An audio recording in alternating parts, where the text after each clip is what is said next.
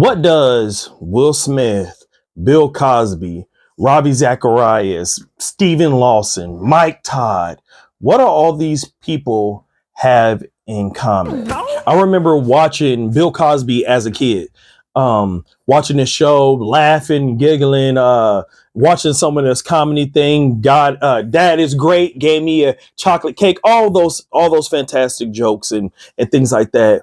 And I remember the gut punch I had when the allegations came up of him abusing women, and how much of the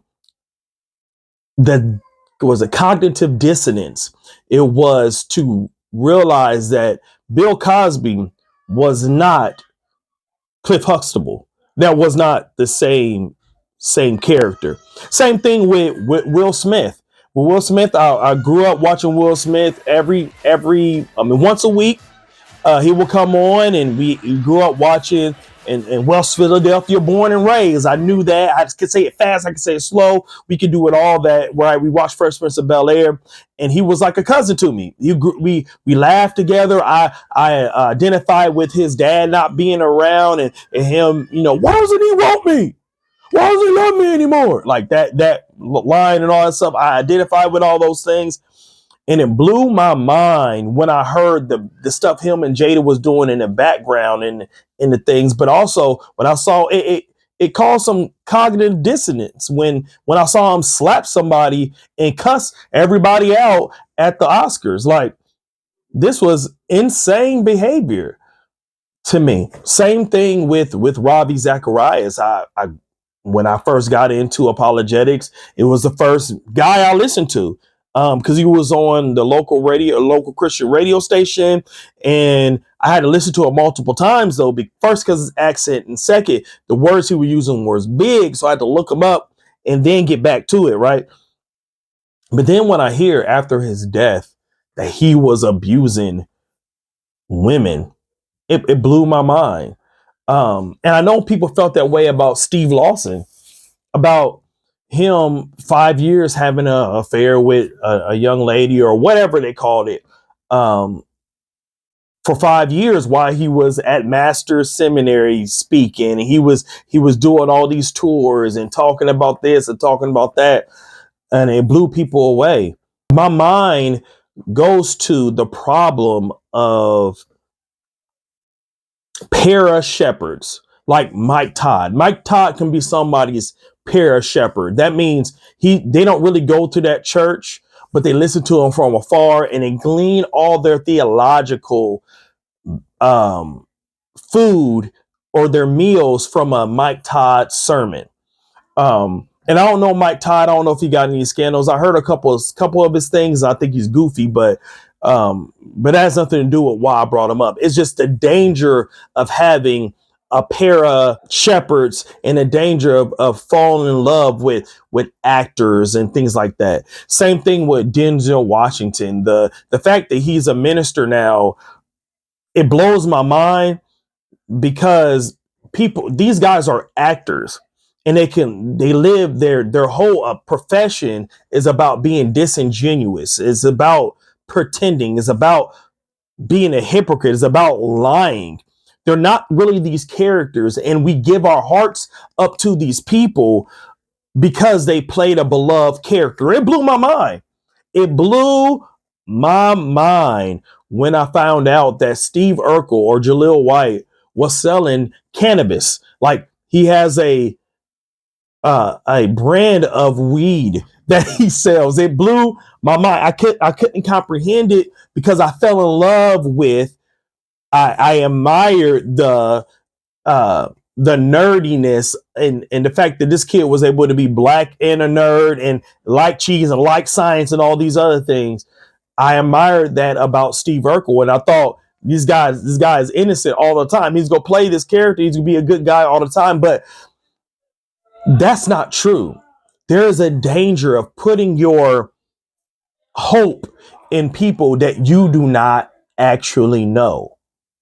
And it goes for even pastors that do good things. Tony Evans, Doug Wilson, Joe Webbin, John MacArthur, John Piper, all these other people, Leighton Flowers, all these other guys that you could put your hope in. You could super chat them and give them comments and give them money and things like that. And you really can pour your heart into them and love what they present on camera or what they present in front of you. But you do not know these men.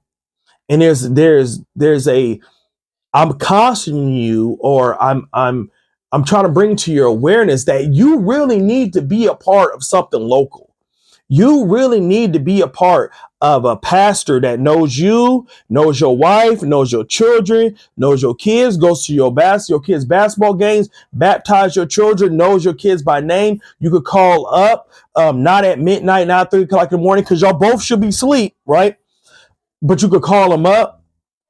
He can, because that's the call of a shepherd, to take care of the sheep, to take care of the people. And if the shepherd that you are giving your heart to is in New York and you live in California, the shepherd that you're giving your heart to is in Moscow, Idaho, but you live in Ohio, you might want to change the way you're doing things, because there's a danger in falling in love with a pair of shepherd, someone who really don't know you. They can like your comment and you think, you become a fanboy of somebody. There's a danger in that, because they don't really know you and there's no real accountability for your life change. And you end up eating. You remember the movie Hook, where they were pretending to eat food. You end up pretending to eat something of sustenance, but you're really eating Flintstone vitamins. Even though some of that stuff is real good, some of the stuff that Doug Wilson teaches, the stuff that Leighton Flower teaches, the stuff that Pastor Joe Webben teaches, probably stuff that in Ohio, when I got Ohio, Michael Foster, the stuff that he teaches, all that stuff is good stuff, but they are not the pastors of me. They're not my pastor. And you should have your own pastor locally. And why not? You should have your own pastor locally because of this. You are starving your spirit of the fellowship and of using the gifts that you should be using in the local body.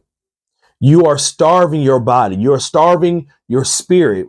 You are using supplements, Flintstone vitamins, uh, uh, super supplements like you're even using Flintstone vitamins, vitamin D, vitamin E, vitamin K, vitamin B12, all that stuff, but you're not eating any food. You're not eating any meat. And there's a danger in that. There's a danger in that, because those guys don't know you and they can pull the rug. They can pull the wool over your eyes. Let me say that again. Those guys don't know you and they can pull the wool over your eyes. Some of those guys could be people that you listen to, can be wolves in sheep's clothing, but you will not know that because you're not in the word locally with someone. So you'll just take whatever someone else to say. You wouldn't know that Bill Cosby is not really Cliff Huxtable. You won't know that because you fell in love with Cliff Huxtable. You didn't know that Will Smith and Will from Fresh Prince of Bel-Air aren't the same person because you fell in love. You admire Will. You didn't, man. Have you heard about the stuff that Bob Saget used to do and talk about when he was Danny Tanner? Like, these things will blow your mind. You have to steer clear of falling in love with para shepherds and TV dads. They're not going to lead you the right way. You have to find local bodies to grow in. That's it. You have to find local bodies to grow in, to develop in, to learn from. You have to find that for your spiritual growth, because these para ministries, the para pastors, the para shepherds will let you down because they don't know you. They don't know you. The stuff they might say is brilliant. I'm not discounting a whole lot of them, but they don't know you. They don't know you. What say you? What say you? Do you believe that para shepherds and TV dads are a good source of food and nourishment? Or do you believe that, you really should find some local things to feed into your body? Do I make sense, or I'm talking nonsense? You let me know in the comments. And I'll see you next video.